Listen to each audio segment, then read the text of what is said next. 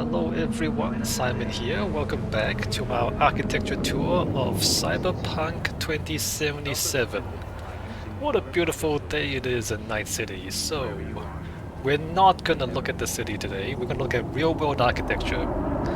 I want to look at some examples of real-world architecture to understand how the architecture in Cyberpunk fits within architecture history, right? So let me get out of the game and switch over to Wikipedia.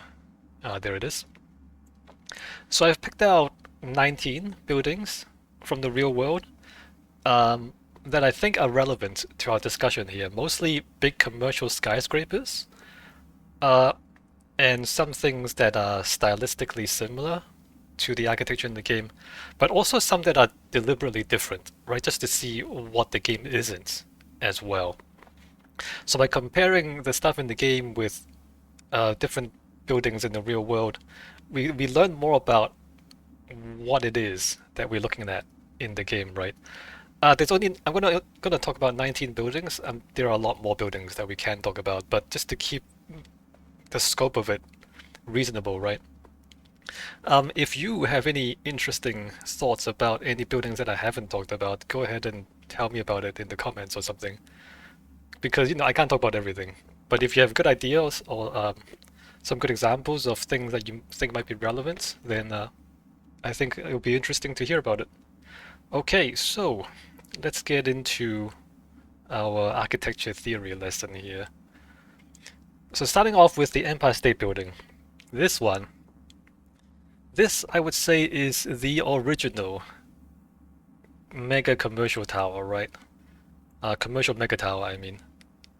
This thing was built all the way back in 1931, and at the time, it was amazing. At the time, it was by far the biggest building the world has ever seen. And there's a historic photo, if I can find it. Oh yeah, so like 1901. So this was what was there before, and then they put a giant tower on top of it. Some design drawings, so it steps back, and then a big tower there. Construction, oh there you go. Look at that one. Isn't that a cool photo? So this is the Empire State Building under construction with airships. And there it is. Look at that thing going up. This is what buildings used to be, and then this is the Empire State Building. Amazing, right? So back then, this is like the future.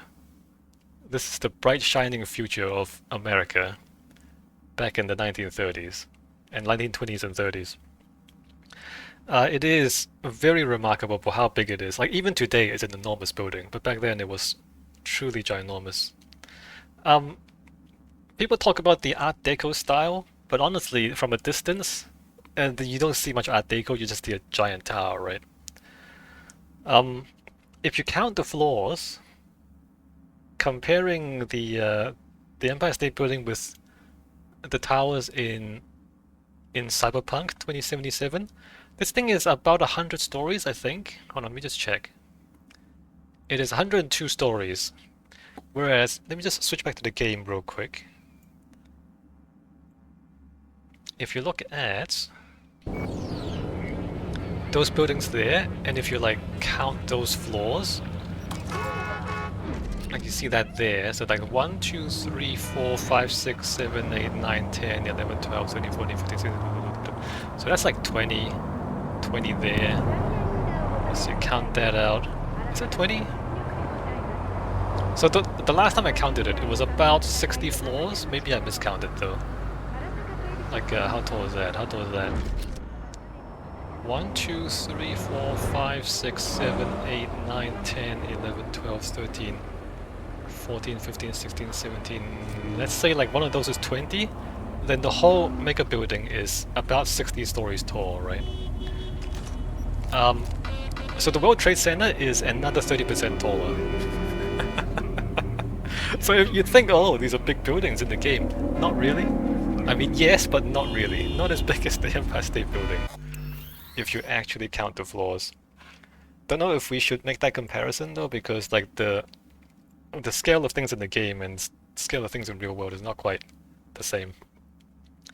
All right, so this is the thing that started it. The thing that started the idea of ginormous commercial towers. The next one is the Seagram Building. This was built in 1958, so quite a bit later. Seagram Building, you might look at that and you think that's completely unremarkable. What's so special about it? Like, it looks very common, doesn't it? It looks like a lot of different buildings you've seen in your life. A lot of them look like this. Just a rectangle with glass. Well, this was the first one. Or it was one of the first ones, if not the first ones. This was one of the earliest glass curtain wall skyscrapers. This one was by Mies van der Rohe, I believe. Yeah, Mr. Ludwig Mies van der Rohe, one of the original inventors of modern architecture. And I mean, I don't know if you say that's beautiful or if you consider that to have any artistic merit at all. Maybe you don't. But the idea of it is highly modular and highly regular. So you set up a factory line to produce these windows, and you just mass produce these things, and you put them on site and you put them together, and that's your building. So from a production perspective, from a construction perspective, it's efficient. And so this idea of this highly modularized facade, and also the interior is also highly modularized, it allowed for big buildings to be built in a cost-effective manner. And the Seagram Building, people call it the most copied building in the world because, you know, we know in our world today that a lot of buildings look like this. But back then, this was very, like, it was a new idea. It was a novel idea. People hadn't seen a glass building like this before. And also, it's full height, right? It's full height glass from floor to ceiling, which even these beside, I'm not sure if these are full height as well. So it's just having like a big window on one side, the whole wall is just glass. That was a new idea as well. And while I mean, it's very striking, it's very cool, but also it saves money because you don't have window frames. It's just windows. Imagine if you have like a wall, and then inside the walls there's a number of small windows. There's more stuff you have to do, whereas this is just one piece of glass. The glass is the wall, and then you have the frame, and then the next piece of glass.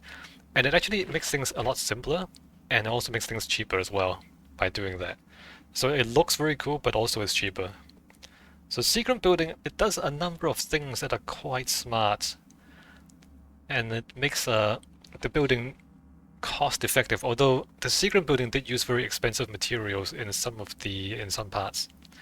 I think the lobby has very expensive stone in it. Let's see, we have some columns here.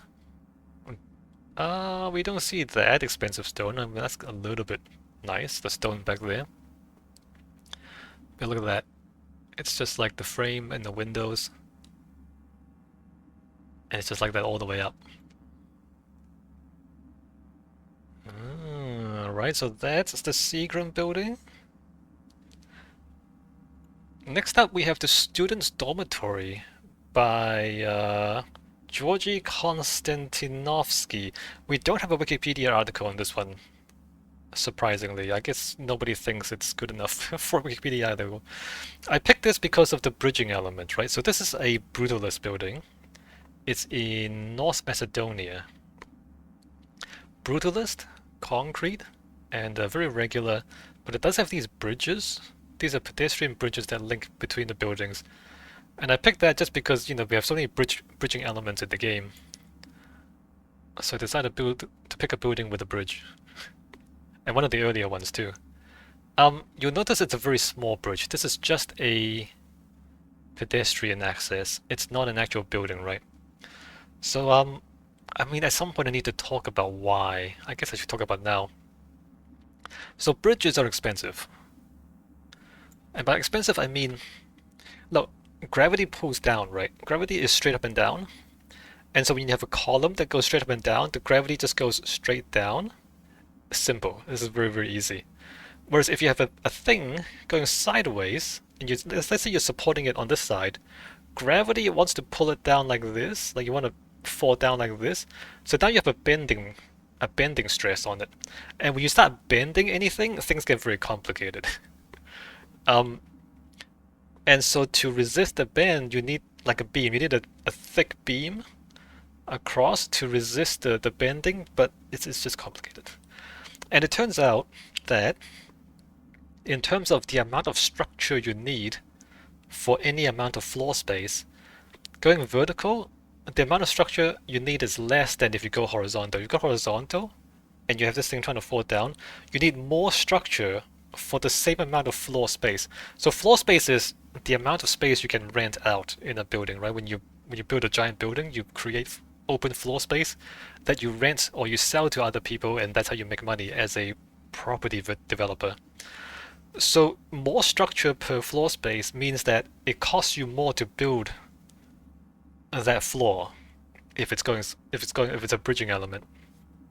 So what I'm trying to say is, if you want to make as much money as possible, you would build a number of vertical towers, because vertical is cheaper than horizontal.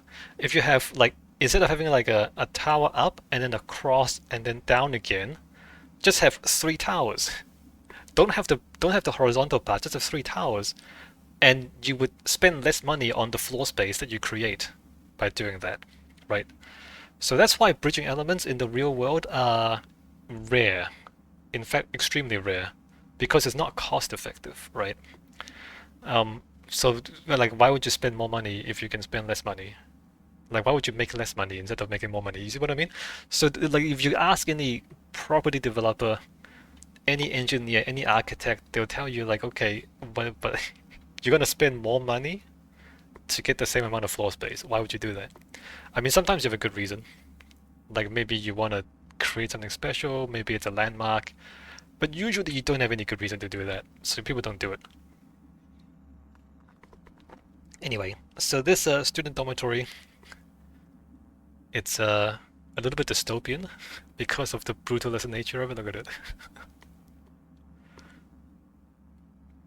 It looks a little futuristic, doesn't it? Alright, so that's that one. Let's move on to the next one. Oh, this one's gonna be fun.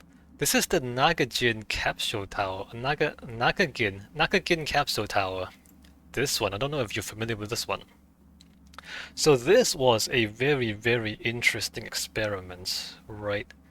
A bold experiment in high-tech living back in 1972. Back then, it was high-tech back then. So the whole building was made of modular prefabricated capsules, which is these things. Each box is prefabricated, modular, and they plugged into a central core. So you build the core, and then you bring these in on the back of a truck, and then you just lift them up with a crane and plug them in. So it was pretty cool, right? It's like a plug-in building. And because of the amount of prefabrication done off-site, this was very quick to build on-site. Like you just bring the parts in and you just plug them all in, and that was it. So that was very interesting. Nakagin, so that says up top. And then the interior was also very futuristic. If you look at the not there. Oh, there you go. So this is like the interior. Look at that. We have built-in furniture, circular window for some reason, and then we have a built-in bed. And looking the other way, you have this is the bathroom, and you have like a bath in there, a sink, the toilet's back there. It looks like a space station, doesn't it? Very cool. So it was very futuristic, and it was designed to be a machine for living in. That was like one of the catchphrases of modernism is, oh, houses are machines for living in. And the idea is that it's an efficient thing that facilitates your living. Or that's the idea of it. Unfortunately, this bold experiment in futuristic living and futuristic architecture, it came with a number of downsides. Is that a television? It's a very old school television. The problem with this is that although the idea was that the modules could be removed and replaced, nobody ever actually tried to do that because it turned out to be extremely inconvenient to do that, right? So just think about it. How would you disassemble this building? You have to bring a crane in, bring a bunch of trucks in, and then you remove each block and put them back in. So you turn this whole street into a construction site just to replace the modules. And just the trouble of that meant that nobody wanted to try it. Because it was just like, in order to replace the modules, you have to turn the whole place into a construction site, which is about the same amount of trouble as if you just demolish the whole thing and build it from scratch. You see what I mean? If you're gonna turn the whole place into a construction site to do this anyway, you might as well just rebuild the whole thing. So it turns out the idea of, modules you can take out and put back in, it was not practical, to put it mildly. It was an interesting idea, but it wasn't practical.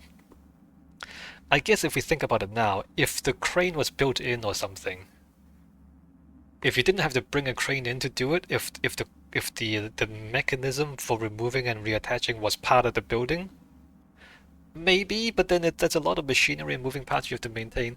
So it just wasn't practical to do that with a big building, right? And so it turns out nobody ever replaced any of these modules. And because nobody replaced the modules, once this building got old, it couldn't be renovated. It was just way too much trouble to renovate because of how unique this thing is, right? Like, how would you because like with a normal building, you can just redo the walls, you can just repaint the walls, you can clean the windows. But this, like, everything is self-contained, everything is stuck together. You're like, the only way is to remove the modules, but removing the modules is too hard. So it wasn't. Yeah, nobody knew how to maintain this thing, and you can see it's quite dirty. There's a net over it because things are falling off. Parts of the things are falling off, but it was like impossible to fix. Like how you need a big crane here to like lift people up to like fix all the little bits. That was just way too much trouble. And also, so that's the exterior. The interior was also a real problem because all the furniture was built in. So first, you can't customize this. You can't move the bed somewhere else. You can't move the table somewhere else. You can't move the furniture around. So it's you either like it or you leave, right? Because if you can't change the interior at all. And things like the TV, the radio. Look at this, is the radio. What? Obviously, this is an old television and an old radio and an old telephone. Look at this telephone. How would you upgrade this stuff? Everything's built in. So the TV is built into the building. The radio is built into the building. To replace it, you have to rip the whole thing out and then replace it with something that's the same size and the same shape, because otherwise you have if it's too big, doesn't fit in the hole. If it's too small, you have to, customize it. So nothing could be replaced easily. Whereas, in our world, this is a typewriter, look at that. In our world, like the TV is just a separate thing. You put it on the counter, and then if you want to replace the TV, you just take the TV away and just buy a new one. Because nothing is built in, nothing is fixed. You can just change things around as much as you want. Like your sofas are freestanding, your tables are freestanding, your dining table is free. Like everything is, you can move them around wherever you like, and you can replace them however you like. And because you can replace things, you can continue using the building without things becoming obsolete. Whereas with a building like this, obviously the television is obsolete, right? Obviously the phone is obsolete, the radio is obsolete, and a typewriter. So you want a laptop in here, I guess. I guess you can put a laptop in here, but even if you want to put a bigger computer in here, like a proper desktop with a big graphics card, there's not enough desk space.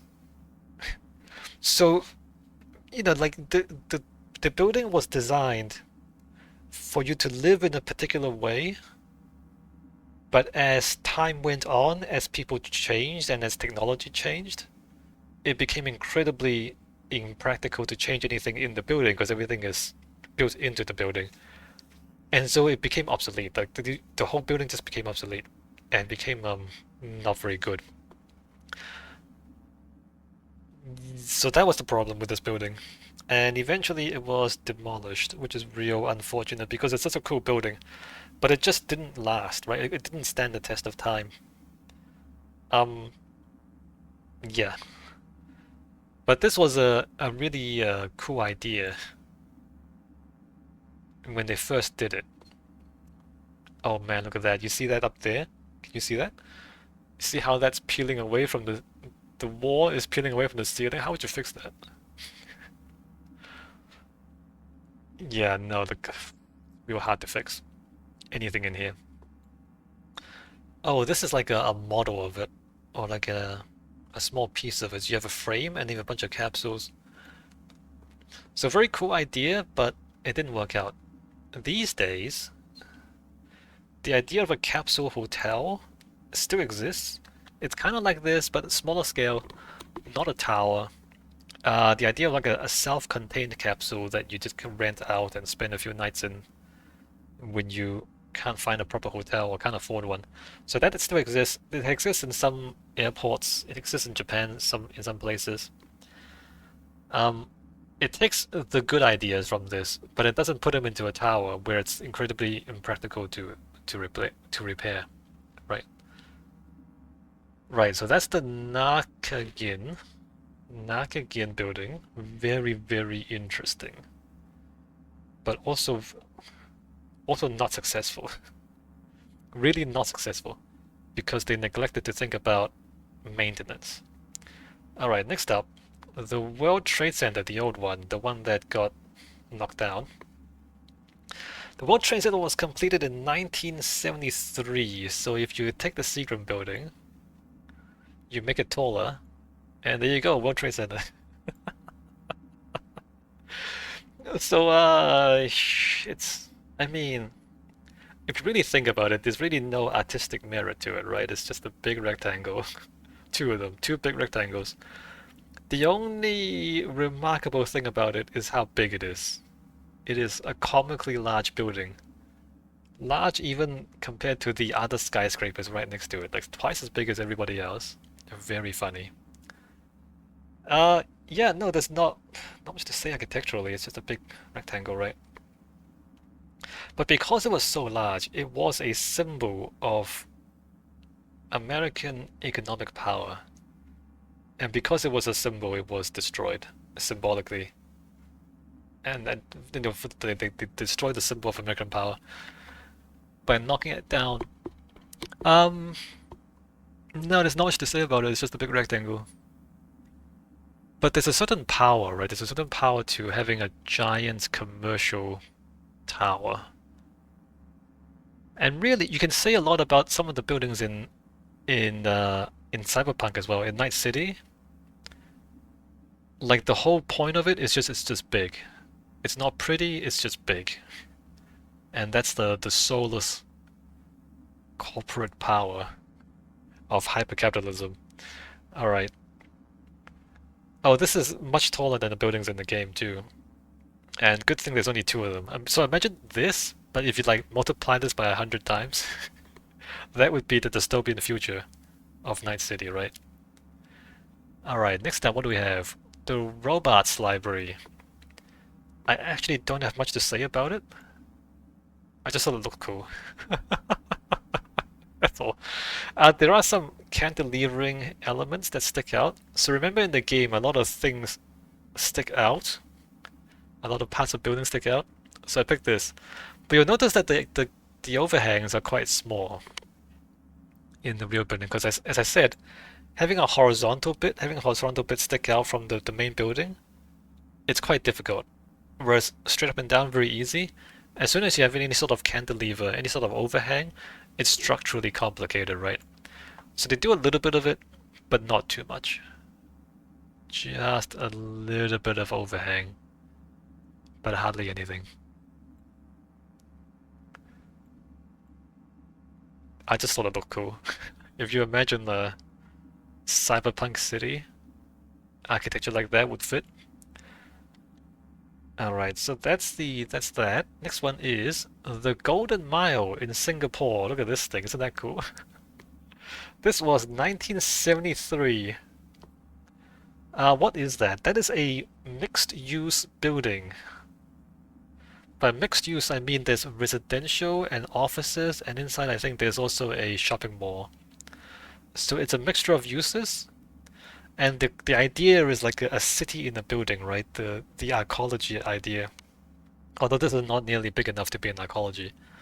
But the idea that you have a self-contained city in the building, and of course I picked this because it leans outwards. Although you notice there's columns out here, right? So the columns, it doesn't actually lean out, but it looks like it, it does that. That's diagonal. It leans out a little bit down here as well. But the columns hold up the building above. And also, you'll notice that it doesn't lean out over the street. So the edge of the building is there, and then the street is beyond it, right? So it doesn't actually lean out over the street. But I thought I'd put that in there because it leans out like a lot of the buildings in the game. Very cool. So back in the 1970s, this is what people imagined futuristic architecture looked like. This is the futures of the 1970s. Now, I mean, I'm laughing because if you look at the world we live in now, that doesn't exist. We don't have anything like this in the future that we currently live in. So, I'm just saying that when people try to predict the future, they're often wrong. Like, it looks futuristic from the 70s. Oh, here's the interior, look at that. Inside there's a shopping mall, look at that. So you see that roof there going up? I believe that diagonal bit is that diagonal bit. So inside here is the shopping mall, and then above that offices and apartments. Alright, so that's Singapore. Next up, we have the Willis Tower back in the United States. It's completed in 1974, and I picked this one because it's a commercial mega tower, right? And secondly, because it's black. You will notice that of all the architecture we've seen so far, very few of them are black. So it's a black metal building with dark glass as well. And if you look around, like in the picture, there's one other black building here, but most of the buildings are quite light. I mean, some darker colors, the brick colors. People usually don't make black buildings because it's kind of dark. I don't know if it affects the rent. You know, people want to be happy and fun and lighthearted. Like people don't want to be too serious, and like a big black building is a little bit too serious. Maybe if it fits your corporate image, I guess. But mostly people don't want to be too dark in their cities. So black buildings are unusual, but they do exist. Some of them exist. The Sears Tower is also kind of dark, although it's got a lot of glass on it, so mostly it reflects the surrounding areas. That's just a bad picture of the Empire State. So the Empire State is clad in stone. It's quite light. I see like all these very light colors. Even the World Trade Center, very light colors. So yeah, it's unusual to have a dark tower. Anyway, I put that in just because it's black. And remember that in the game, the city center, a lot of it is black. So there it is under construction. In fact, can we zoom in? Try and zoom in. Check this out. What is that? Is that steel or concrete? I think it's concrete, question mark. Maybe it is, maybe it isn't, maybe I'm wrong. Could be steel. It's a grainy photo, can't really tell. Not that it matters too much. Any other cool photos? Oh yeah. Uh-huh. Oh yeah, we have a sky deck, a glass balcony on the sky deck. Oh, very cool.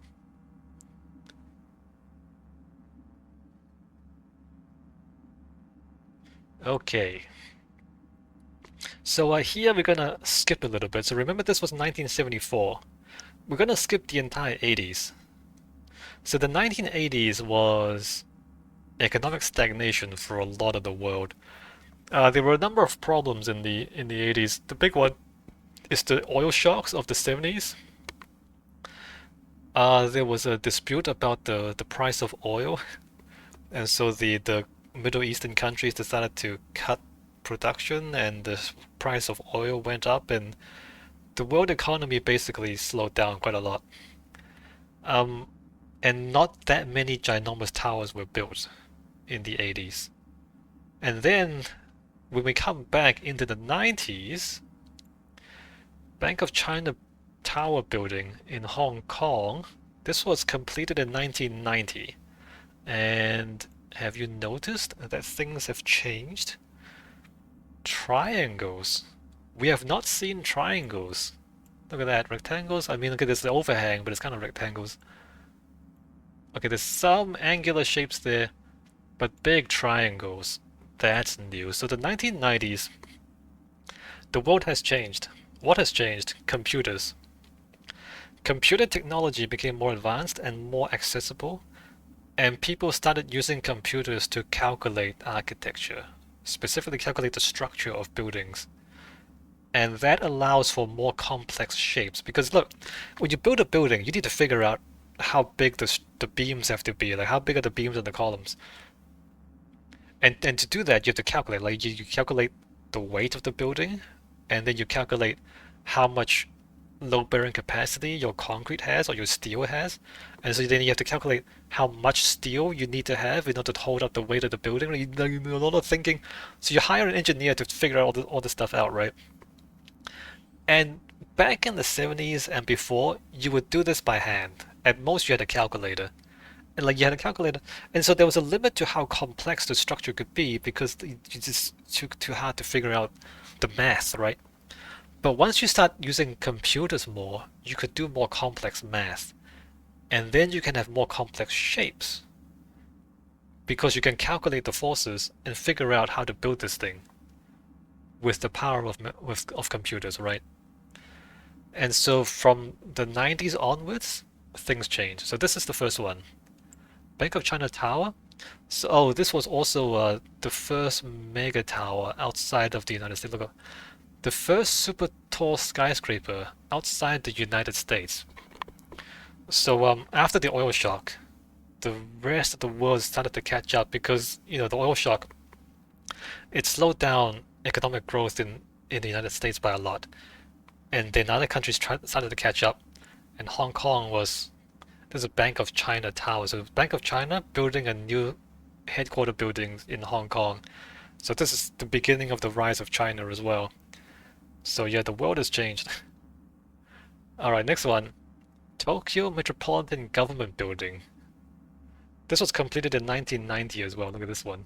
There's actually a number of buildings, a whole building complex. That's it, that's all I want. I don't really have much to say about it, except it looks really cool. Let me just zoom in. Holy moly, look at this thing. What is this? Look at it. Look at it. And like if somebody told me this was some kind of dystopian future, brutalist dystopian future, I would believe you, but it's not. It's just Japan.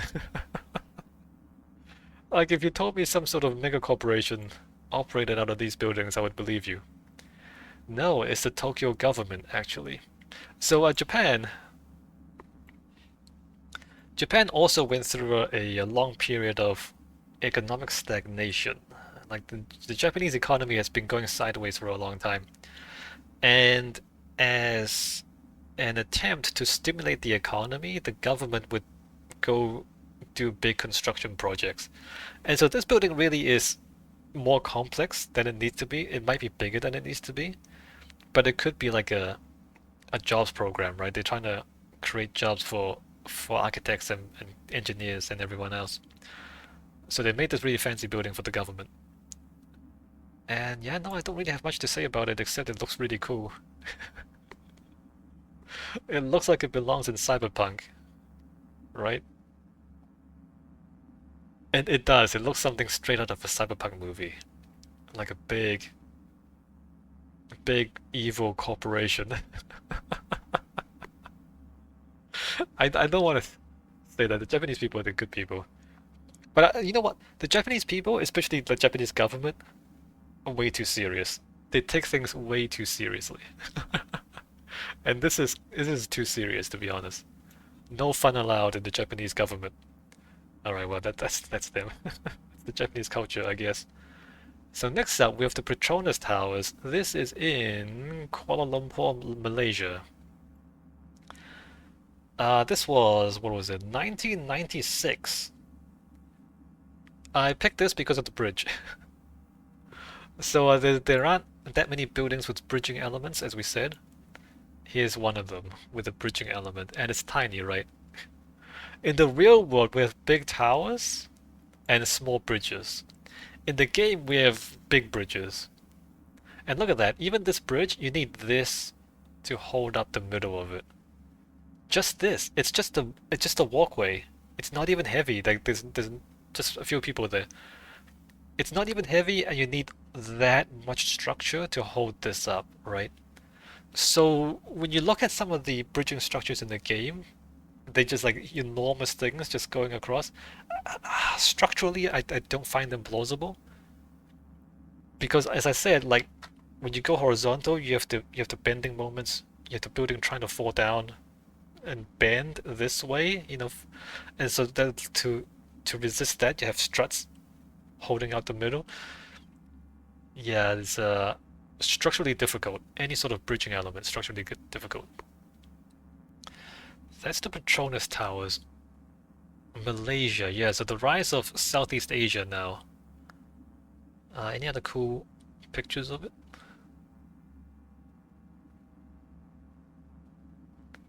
Oh, hey, look at the interior. Inside of the Sky Bridge. Oh, look at that. The Sky Bridge.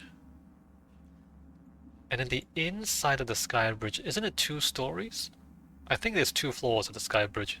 It's just that, it's not even... So you see the door there. I wish there was a person here for scale. But it's not very big. Like, the Sky Bridge is not very big. That's the size of the door.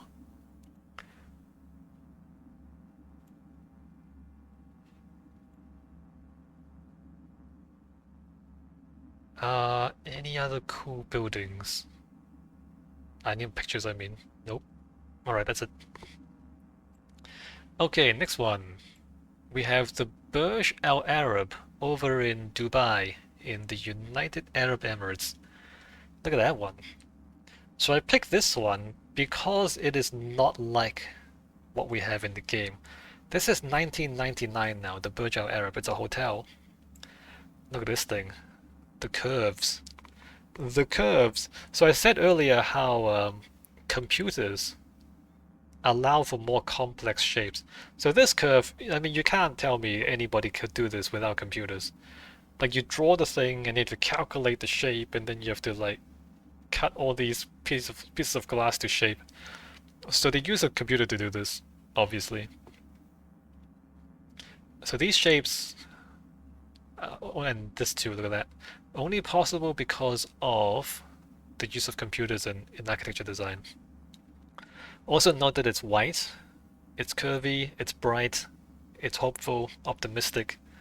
So it does not match the vision of Cyberpunk in any way. Like Cyberpunk is a dystopian future, and this does not belong in it. Right?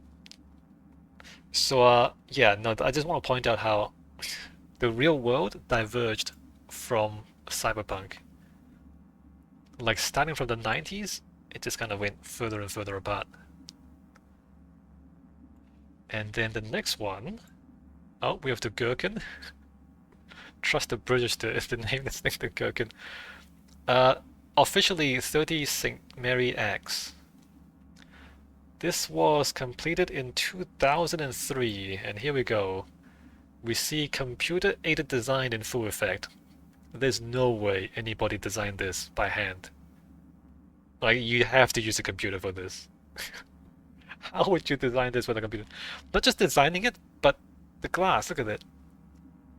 So all the pieces of glass, they're different shapes as you go down. It's not the same shape because the curve is not the same all the way through, right? So each piece of glass is different, slightly different, and you have to cut them more precisely. And you would do that with a computer and a robot. You would have a robot cutting the pieces of glass to make sure that everything is the right shape.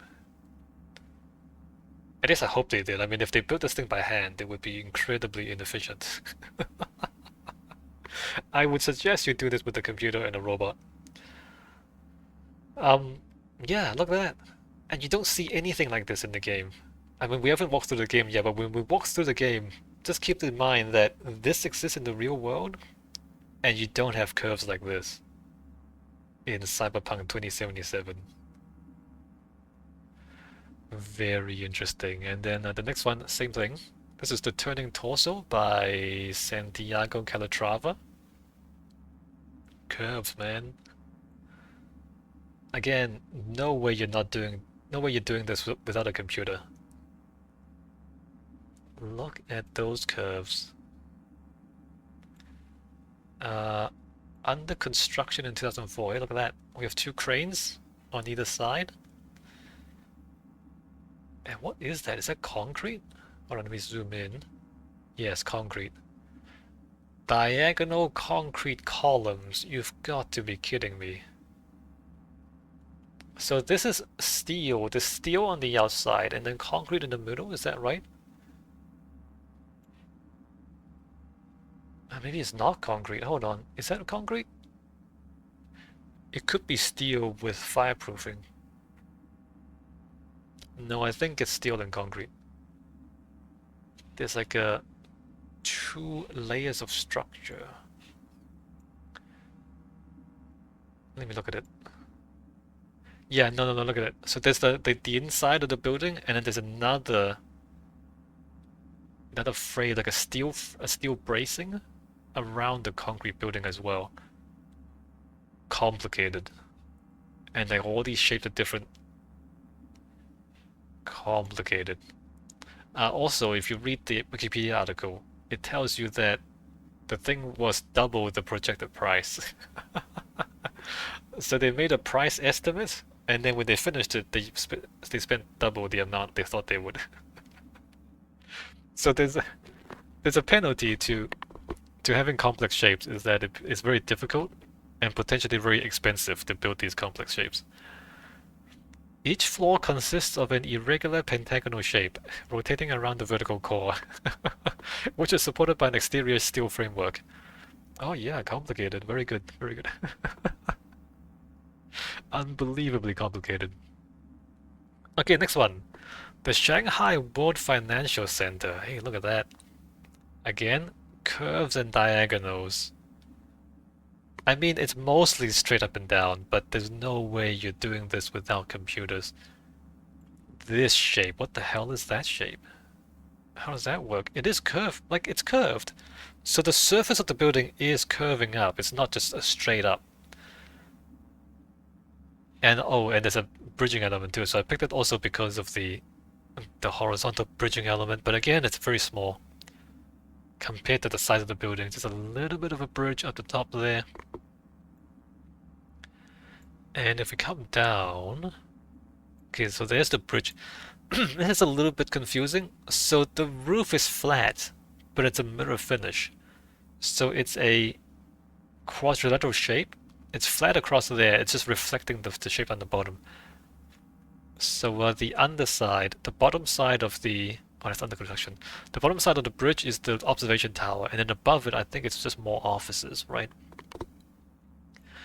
And if we look at this thing under construction, oh, that's not a very close picture. I think it's steel with, maybe I'm wrong. I think it's steel, and then the gray stuff is fireproofing, but I could be wrong. It could be part steel, part concrete. I'm not sure. So concrete is better in compression, steel is better in tension. And you might just like use steel and concrete depending on whatever strength you need. I'm not 100% sure what's going on, to be honest. But there's a structure inside, look at that. A complicated frame. You have like a truss above there, diagonals, horizontals, verticals, and then down here is all diagonals. So the structure is very complicated. Look at that. The crane is bolted to the side of the building as they pull up the facade and assemble the facade. Very cool, right? Not sure how they did the last few bits.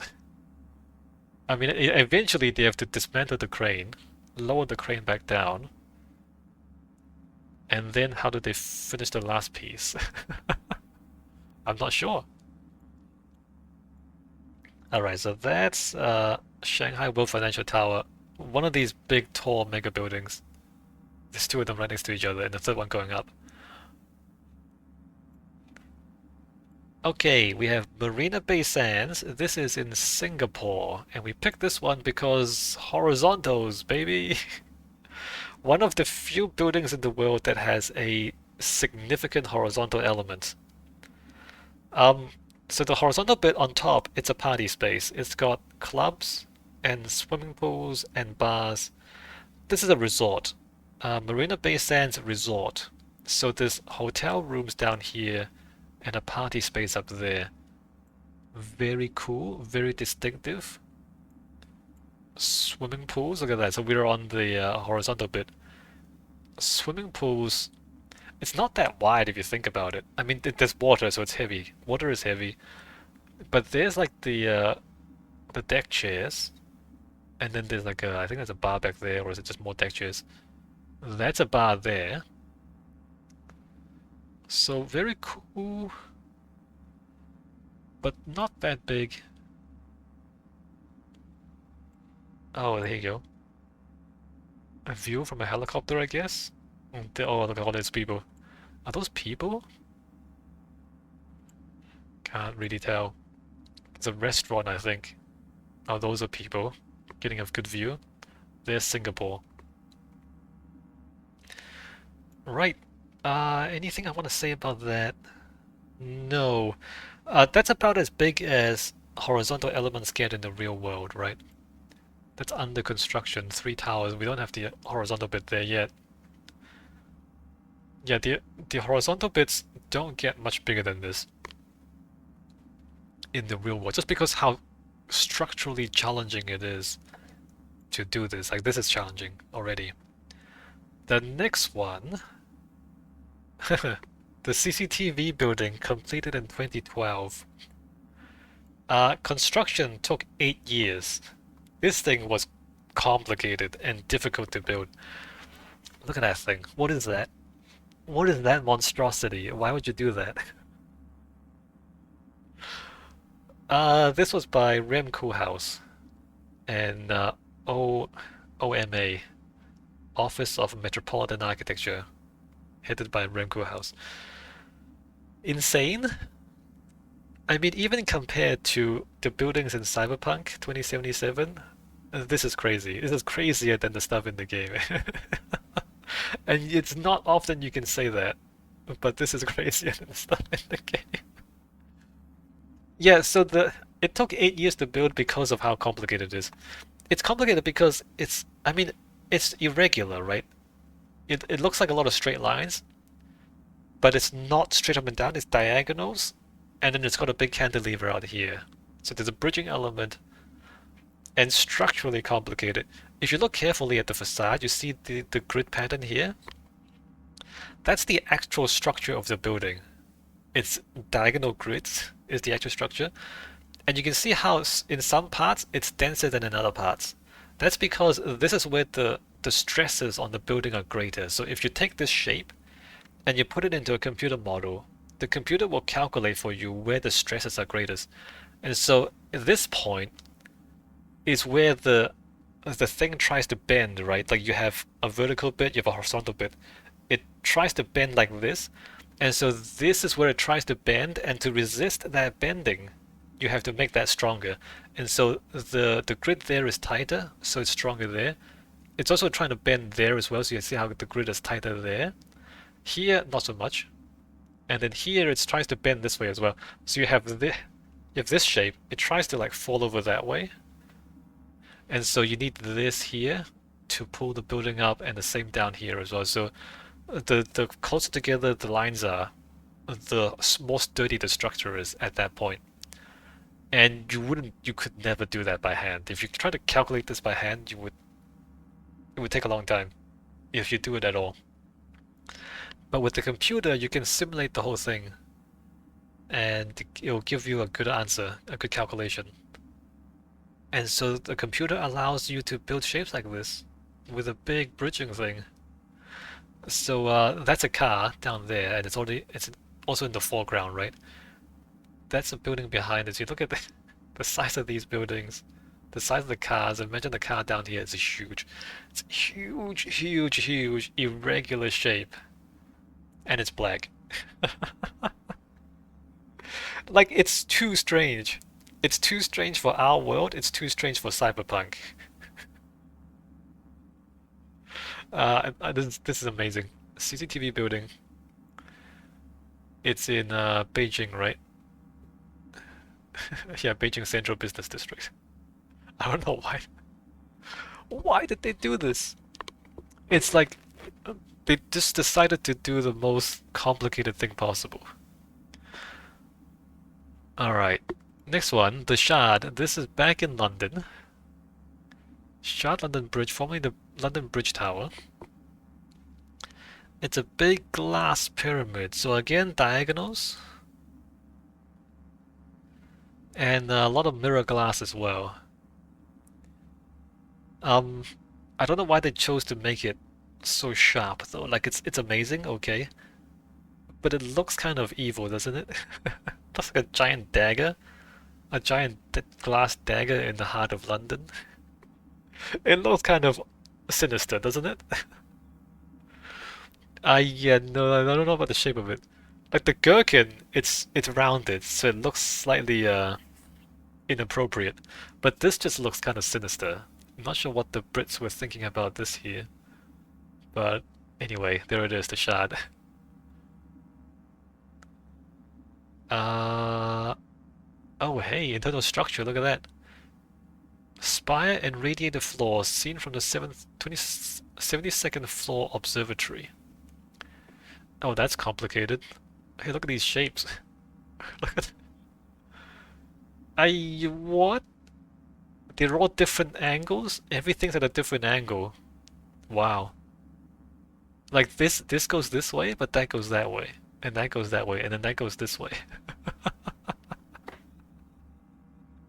They're all different. Every floor is different. Yeah, no, this... So the only way, again, the only way you would do this is with a computer and with robots, I guess. I mean, I guess you could have humans help out. But the point is that the bits of steel, every bit of steel is a different shape, and so you would have a computer-controlled cutting machine to cut the steel bits into shape. I guess you could do it by hand, but you would need a computer to tell the human where to cut.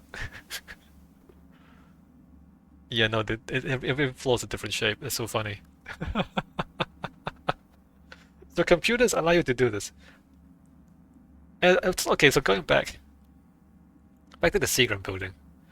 Like this made large buildings manageable because it's all the same shape, right? Every window is the same. Every window frame is the same. So you draw one window and then you tell the guy just copy this 1,000 times, and then we build the whole building. So it's conceptually easy for the workman to understand because it's all the same thing, just repeated, right? When you get to this point, and they're all different shapes, it becomes impossible for humans to really keep track of everything, and so you rely on the computer to keep track of everything for you. And so that's the impact of technology on architecture, right? Especially computers. It allows us to build these complex shapes, complex irregular shapes, whereas before we couldn't. You know, like this one. It's regular, right? It's just the same thing all the way up. Just you do one thing and you just copy it 1,000,000 times, and there it is. There's the building. Not 1,000,000, but a lot, like tens of thousands of times, and there it is. And yeah, there's a whole different approach to architecture now that we have computers and robots. So that's the Shard, and then we have Raffles City Chongqing. So again, I picked this because of the horizontal element there. This was by the same designer as Marina Bay Sands, by the way. So this one, the same guy did this. So instead of 3 towers, there's 4 towers and a bridge, and then there's 2 smaller bridges to the other 2 towers. So there's 6 towers, I believe, and there's bridges between all of them at the top. Not too much to say about it. That's it. It's just a thing with a bridge on top. So even that's about as much as we get in the real world. Like I don't think there are any other buildings with bigger horizontal elements. And most of that is open space even. I believe that's also a garden space, the crystal. The crystal. Highest in the world, linking the highest number of towers. A lot of glass and aluminium panels. There are 2 swimming pools, restaurants, a gallery, gardens, trees, and a viewing site. Right, so it's a decorative thing with good views. All right, so that's the 19 buildings that I wanted to look at. Let's just go through them quickly again. Empire State Building. All right, the first, I would say, the first mega building, the first commercial mega building. Seagram, this one, right, interesting experiment there. Comically large towers. Brutalist, concrete brutalist architecture. What the 70s thought was the future. That's, I find this so funny. I find this so funny. Actually, let me just open up all these images so we look at them, right? Comically large. Yeah, no, like this is what's in the game, pretty much. A black building. And then we go into computers. We have triangles. This is also interesting, very funny. Petronas Towers. It's kind of got a circular plan too. Curves. Ah, curves. More curves. More angles and curves. More angles and curves. And then this is also angles and curves. Big horizontal elements. Oh, it's a bit subtle, but this down here is also angled and curved. Look at that. There's angle there, angle there. And the building curves slightly. And then this monstrosity. Renku House is unique. He's got a very interesting brain, that guy. And then the shard, big angles. Angles and curves. That's slightly curved there. That's a little tube. I think the towers are also slightly curved. Okay, so while we're here in Wikipedia, let's also look at some cities. The skylines of some famous, potentially cyberpunk cities, starting with Tokyo. Tokyo. Wow, look at that. So you compare this within the game. The buildings aren't as close together as they are in the game, right? And it's not as uniform, and it's also not as big. Let me zoom out. If we that's a lot of historic photos, very cool, but we're not gonna look at that. We're gonna go for the panorama, not that one, this one. That's the panorama of Tokyo. So there's a lot of sprawl, by the way. So the main towers are about that big, but beyond that there's a lot of smaller stuff. And this is what we don't have in the game, right? The scale of the game, because it's a video game and you can't fit this much stuff into a video game, you only get the city center, right? We only get like this in the game. Whereas in a real city, you have all of that beyond. Look at that. Look how far that goes. It literally goes all the way to Mount Fuji. Well, not quite. Almost to Mount Fuji.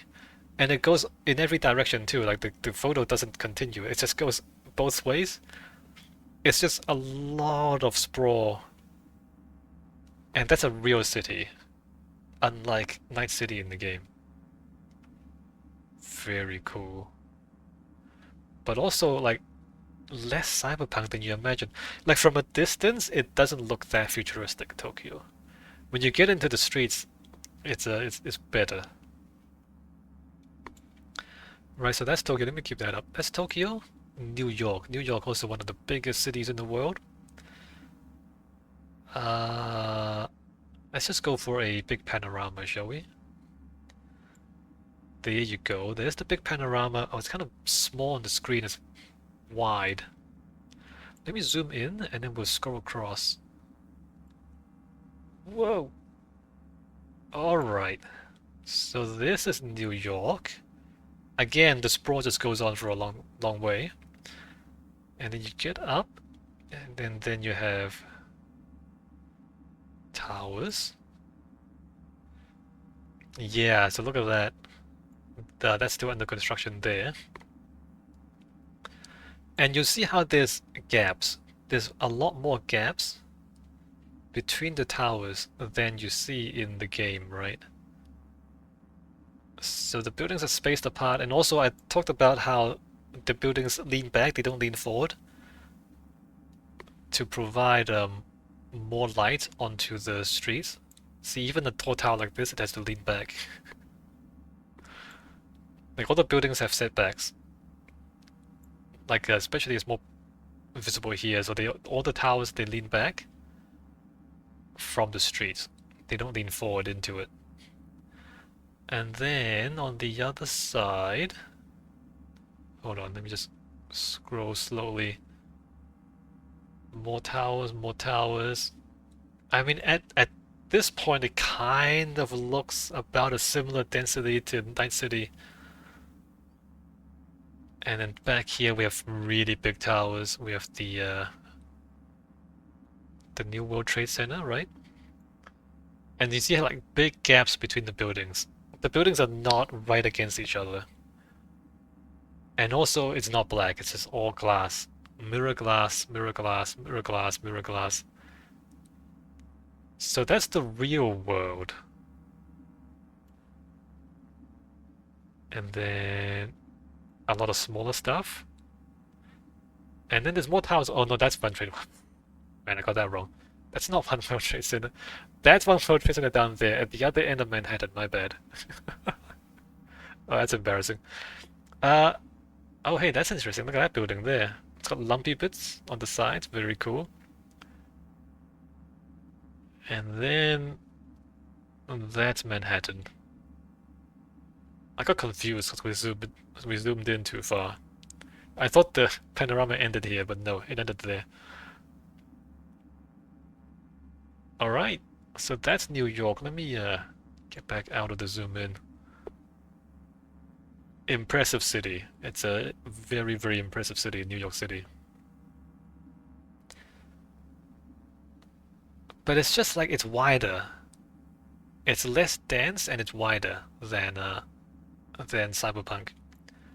Shanghai, one of the big cities in the world. Let's get past the historical stuff. Look at that. So there's Shanghai. Again, very cool. Again, more gaps between the towers. And less black. In fact, a golden tower. Look at that. Like gold and green and blue and red. Very colorful. So that's what real cities look like. Here we go. Nighttime, a lot of LEDs, a lot of lights. China makes a lot of LEDs, you know. They just cover the entire building with lights. Alright, very cool. So that's Shanghai. Let me, how about that? Leave that up. That's Shanghai. And then we have Shenzhen. Shenzhen is one of the newest cities in the world. It was, what's the history of it? History? 1980s. So in the 1980s, in 1980, it became a special economic zone, which meant that development was unrestricted. And then it just appeared, right? In the space of a few decades, the city just appeared. And a lot of buildings were built very quickly in Shenzhen. So it's a new city. Holy moly, look at that. Okay, so here's a panorama, look at that. There's Shenzhen. So this is a futuristic city. It's a futuristic city in the sense that it's not an old city. As I said, it began basically in the 1980s. So this is all new buildings, and it looks like that. Colorful, but mostly because of all the LEDs that China makes. Like we have RGB building facades. Ah, very funny. It's funny how extravagant it is, right? This I think this is meant to be animated. It's a still photo so you can't see it. I think this is animated, so you just have ripples on the building. Ripples of light on your building at night. The whole building is RGB LEDs. Crazy. Hong Kong is special. Hong Kong is special because it was a British territory. So they built a city in a very tight space, in a space that was really geographically not suitable for a city. You can see how there's like steep hills back there, and then there's reclaimed land by the water, and then more reclaimed land here, and then where the photo is taken is more hills, right? So like there's hills, and then there's water, and then in between the hills, you have this really dense city. So in a lot of ways, it's an inappropriate place to build a big city like this. But this was the territory that the British had, and so there's nowhere else to do this. And so, unlike all the other cities in the world, Hong Kong is geographically constrained. And if you remember, like Tokyo, they had all this sprawl all the way to the horizon, like you're pretty much all the way to Mount Fuji, right? You can see this urban sprawl all the way out. So that's Tokyo. In Hong Kong, you can't do that. In Hong Kong, there's just hills, so it just stops. So then everybody is squeezed in and everybody pushes up. And if you look like closely at this, these are like those residential towers. These are residential towers, like all of these are residential towers. Because you don't have to sprawl, you don't have the wide sprawl going like all the way out to the distance. You have to go up. And this is what makes Hong Kong crazy. As crazy as Night City. Here there's no towers, or there's a few towers. You know why? This is the old airport. They used to land planes here, so you couldn't build towers in the corridor where the planes landed. Now the airport has moved, and so you can build towers here. So these are new towers. So before you couldn't build any towers in this gap here, and so as you come down in your plane and you go down to the runway, you have these buildings. You look out the window of the plane and there's like skyscrapers on either side. As you're coming down to land, there's skyscrapers on either side. And yeah, and this tower and these towers were not there back then. And so there's like a mass of towers there.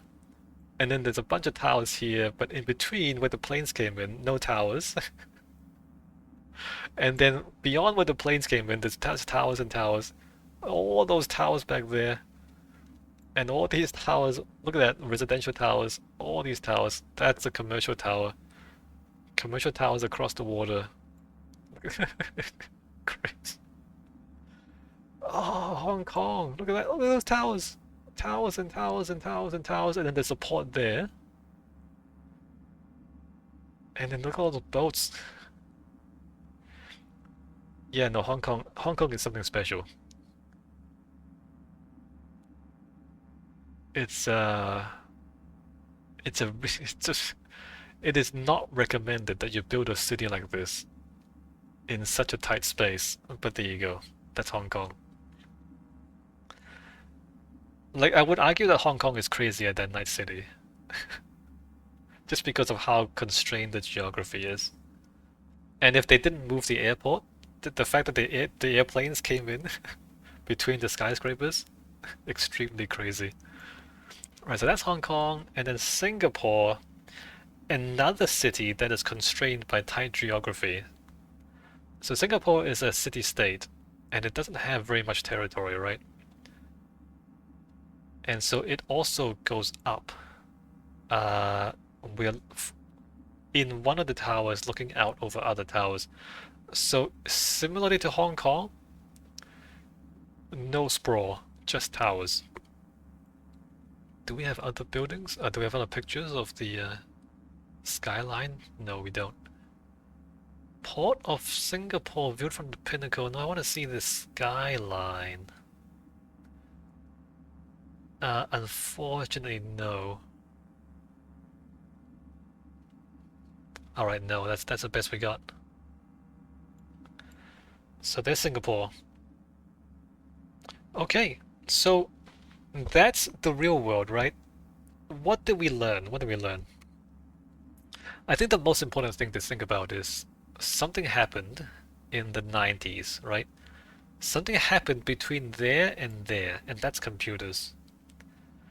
And so from this point onwards, we went into a lot of curves and diagonals. And this is not Cyberpunk 2077, right? So before this point, all of this stuff looks like it could be in Cyberpunk. And then after this point, less so.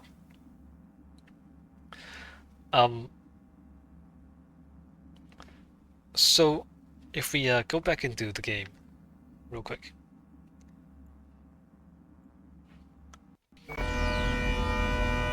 So if we look at this and we say, like, what does that look like? It looks like a denser version of 1970s architecture in a lot of ways, right? There's no curves, there's no diagonals. Isn't that interesting? So this is a different future from our timeline. And to understand why this is a different timeline, we need to understand what Cyberpunk is, right? Cyberpunk is stuck in the 70s because the whole genre of cyberpunk fiction came out of the 1970s. Cyberpunk as an idea came out of 1970s science fiction, when personal computers first became available, and the idea was that you could, like computers were like magic. In fact, in this game, computers are a little bit like magic. Like you hack into things and things happen. And so back then, people imagined the future to be an extrapolation of what they understood, right? So the future of Cyberpunk 2077 is basically, if you take the architecture from the 70s and before, and you just made it bigger and denser, then you get what you have here in the game. It's a straight line extrapolation from the 70s. The problem with that, why they went wrong and why the predictions were failed is because science fiction authors didn't really understand how computers would change architecture, right? The idea that computers would allow you to do complex math. These science fiction authors were not mathematicians. The idea that computers would allow you to do complex math, and the complex math would allow you to use complex shapes and design buildings in complex shapes, that was not something that they anticipated. And so the cyberpunk fiction of the 70s did not imagine complex shapes in architecture. I mean, they kind of did. Like, they thought it would be like this, but it wasn't like this. It was more curves and more diagonals. Also, we have to also think back to the economy and the culture of the 70s, right? So the 70s and the 80s were a pessimistic time. I've already talked about the oil shock of the 70s. Like, what else happened in the 70s and 80s? There was the Vietnam War. The Vietnam War was an utter debacle. There was the oil shocks, as I said. The ozone hole was also discovered around that time. Remember the CFCs? Maybe you don't remember. CFCs were used in refrigerators, and at some point we found out that it was destroying the ozone layer. And if the ozone layer goes, then everybody gets skin cancer and dies. So the idea that we were destroying the Earth, like this was a big idea back then. Back in the 70s and 80s, the Soviet Union was still there, the threat of nuclear war, nuclear Armageddon with the Soviet Union was still there, and so everybody was just generally pessimistic. Like, we were destroying the environment, we had nuclear weapons, and we were threatening to destroy each other with nuclear weapons. The Vietnam War was a disaster. We were running out of energy, and so everything was bad. So the pessimistic, you know, the general feeling of pessimism is what gave Cyberpunk such a dystopian view of the future, right? But reality didn't go that way, right? We didn't destroy ourselves.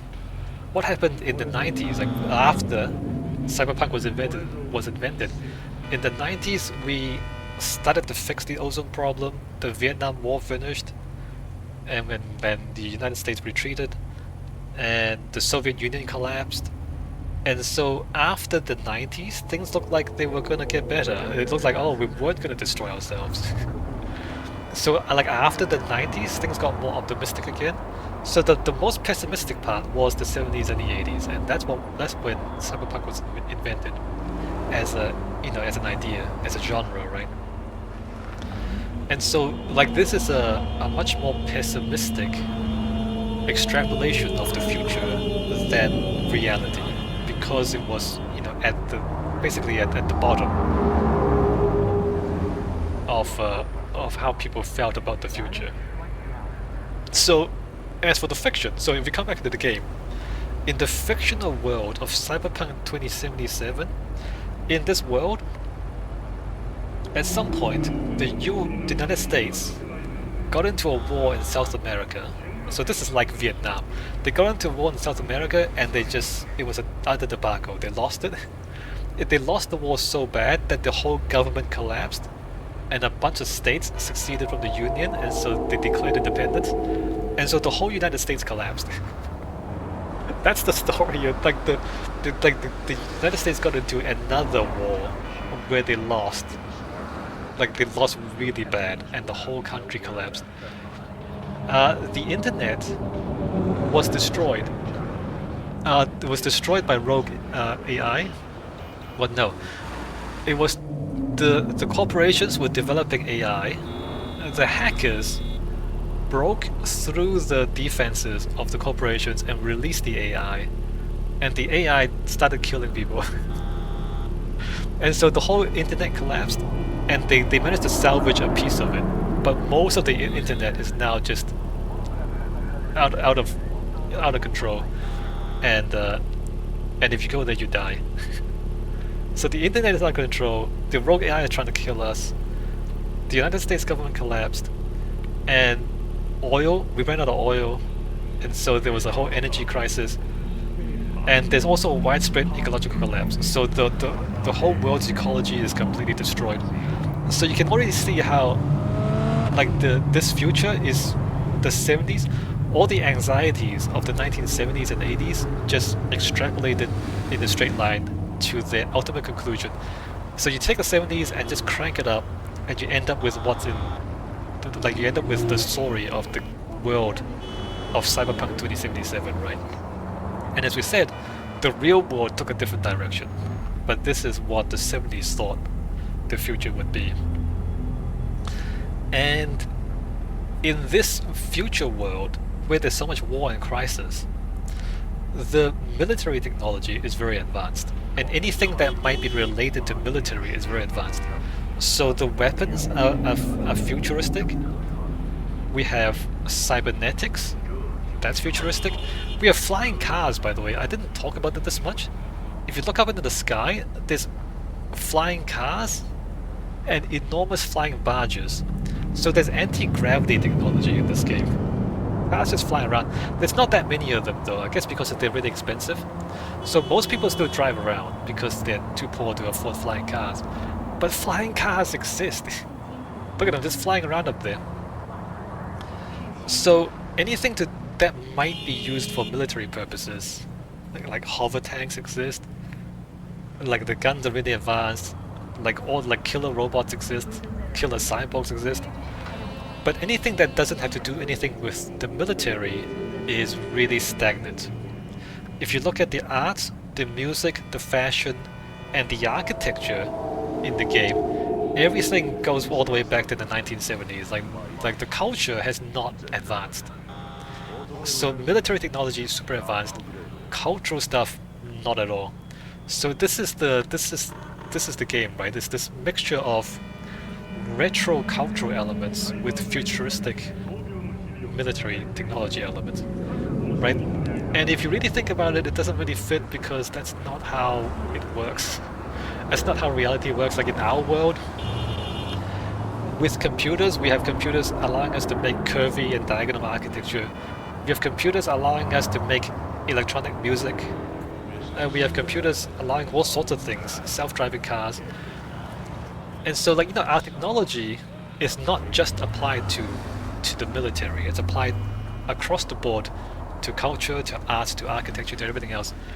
And so, like the world in Cyberpunk is just a less well-rounded version of reality, where the cultural stuff is stagnant. And so if you can wrap your head around that, then it explains a lot about the architecture style in the game, right? Alright, so that is the context of the architecture in Cyberpunk 2077 compared to the real world. Like by comparing this with real world architecture, we can understand that the timeline of this fictional world diverged from our timeline somewhere in the 1970s, and it just went off in a different direction. It went off in a really pessimistic dystopian direction. So now we are in the game, we're in a world where only the wealthy, in fact only the extremely wealthy, can afford any sort of beauty, any sort of, artistic refinement, and everyone else is just poor and struggling and driving old cars. Look at these cars, look how old these cars are. These are cars from the 70s, right? So the cars are stuck in the 70s. Like everybody else is stuck in the 70s, whereas the megacorps are all the way in the future, in the 2077. So that's the world we live in the game. Alright, so I guess I'm gonna end there. I hope that was educational. And again, if there's any other examples of architecture that you think might help us explain, or give some insight into what we're looking at in the game, then go ahead and tell me about it in the comments. Right, so that's it for theory and history. In the next video, starting in the next video, we're gonna walk around the city and we're gonna look at everything. Next video, we're going back to Little China, which is where we started, and we're gonna walk around the district of Little China and see what we find. Alright, see you there.